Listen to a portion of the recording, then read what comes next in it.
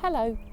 One of the most common questions that people ask me is if they've got a hanging basket in the shade, what they should plant in it. I think they're concerned that they're not going to be able to have those lovely flowers, and you certainly can. It's just a matter of changing the palette a little bit. It might not be quite as dainty or fluffy as the other summer baskets, but you can still have plenty of really good colour. So I'm going to show you one here. First of all, I'm going to start with an upright begonia. So this is called a non-stop begonia. It's absolutely fabulous and it will fill a big space in your pot. So I use that in the centre. At the moment, this is quite small because it is early May, but it will fill out. The next plant I really love that also enjoys the shade is the fuchsia. Again, it's early May, so it's not flowering yet, but it will, and it's going to look really pretty. So I try to use training fuchsias that have different colour, not only flower, but also foliage. I'm going to plant them opposite each other.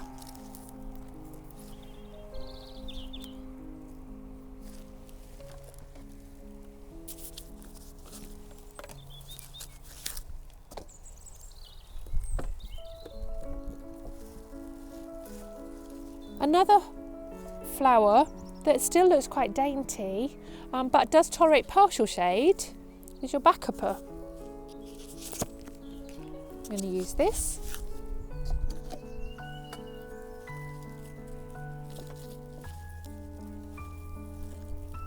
I try to place them so that they're growing outwards automatically, because these are going to trail down a lot more once they've grown in. So another thing that you can think about with shady baskets is using foliage plants, and often the foliage plants really trail down really well and look gorgeous.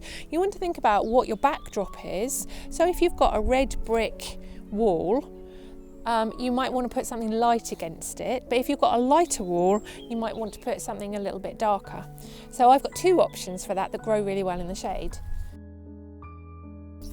Absolutely beautiful, and it really flows down well. It does have these tiny little purple flowers, and also it's relatively hardy, so it grows right through the winter and comes back again the next year.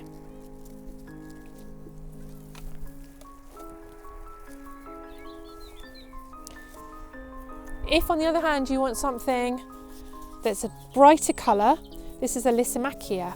Again, it does quite well in the winter as well. It dies back but comes back again in the spring, and if you're lucky it has little yellow flowers, but it really trails beautifully and looks really fantastic.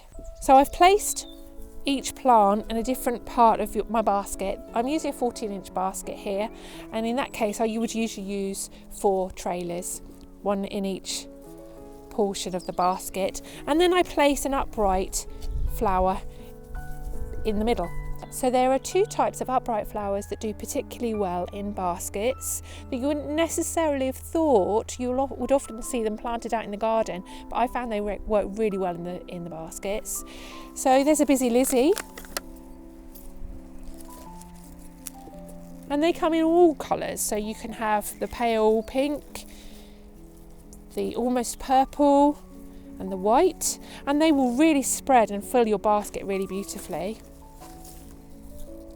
Got a little salmon one here. So I'm going to put them opposite each other. And then the next one is begonia. So look at all the array of colour you've got with your begonias here. I think they look beautiful.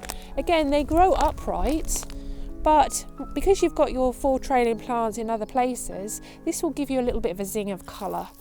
I'm going to use bright pink because I do like pink in a basket. And because it's next to the white, I probably use this lovely red one. Again, if you've got a light wall, you might want to use it with the red foliage. That would look really stunning against a white wall backdrop, especially in the shade.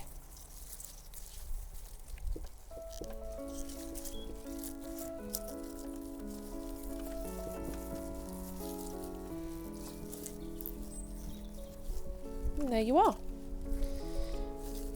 Now, because I've just planted this, it doesn't look fantastic, but it will. You need to let it grow in, allow it to grow in, and probably about in a fortnight, definitely by the end of May, this is going to completely spread. Your fuchsias will be growing down, this will be trailing, and you'll be really happy to have a basket even in the shade.